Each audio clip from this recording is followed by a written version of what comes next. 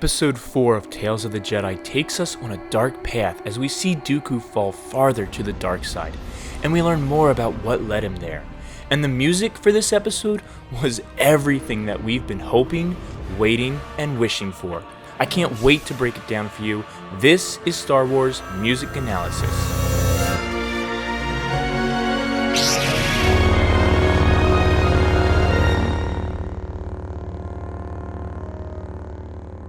Do it. In the opening scene, there's a low, haunting drone under the entire scene, reflecting the shadow that's pulling the strings of this situation. The music turns immediately lighter as we move to Yaddle and Qui-Gon.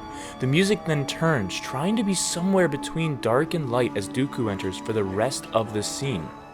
Outside of the music, I was curious why Qui-Gon didn't mention Anakin to Dooku here. Much of what Qui-Gon knows about the prophecy of the Chosen One actually is taught to him by Dooku in some of the novels. So this would seem like something at the top of Qui-Gon's mind as he sees his former master, especially as he's left without answers from the Jedi Council. However, he leaves without bringing it up at all, which I find very strange, especially because it would have added much to this scene without taking up a lot of time at all. I'd love to know your thoughts on why you think this choice was made. We then jump to after Qui-Gon's death as Dooku mourns the loss. I feel like this music with the low drones and vocal chanting was very reminiscent of the music from Revenge of the Sith right before Anakin's complete fall to the dark side, and the comparisons between these two moments is striking.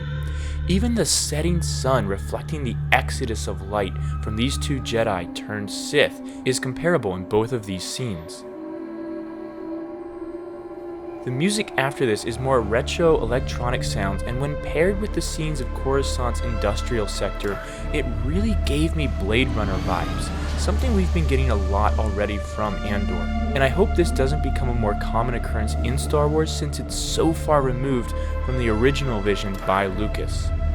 The chanting voice returns again as Sidious and Dooku speak, again reflecting the end of Anakin's time as a Jedi and his fall.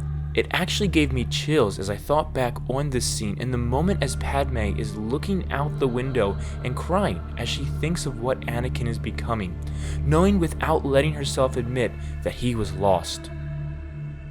The ominous choir enters as Yaddle confronts Dooku, leaving this scene in a shadow of heavy sadness. As their duel unfolds, war drums enter first.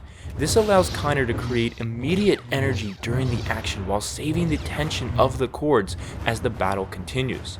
But then the music comes back as the duel continues, and this was a blast from the past, reminiscent of the music in the great battles of the prequel trilogy, with choir and orchestra, the brass percussively articulating throughout before the door falls on Yaddle and the music dies.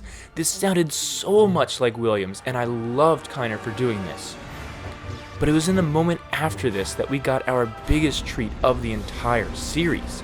The Force theme rings out in the brass and choir, showcasing its power, weight, and resilience, but as Yaddle collapses, the music quickly dissipates again. The chanting returns after her execution as Dooku's fall to the dark side is completed, just as Anakin's was made complete through the slaughtering of lives in Revenge of the Sith. The last image of Sidious' Sith eyes, proving that he can mask the effect as needed. I'm left amazed at how well Dave Filoni and the creators of this series have done at filling in the gaps of Dooku's backstory and explaining his fall to the dark side and his resistance to much of what he did. And the music was almost identical to what I would have imagined that John Williams would have done under the direction of Lucas.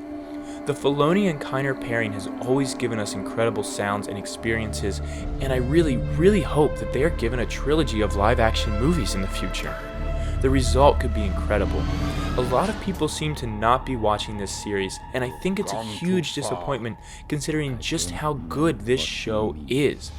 And I'm curious what you all think of the comparison between Anakin's fall and Dooku's fall to the dark side in these two mirrored sunset scenes.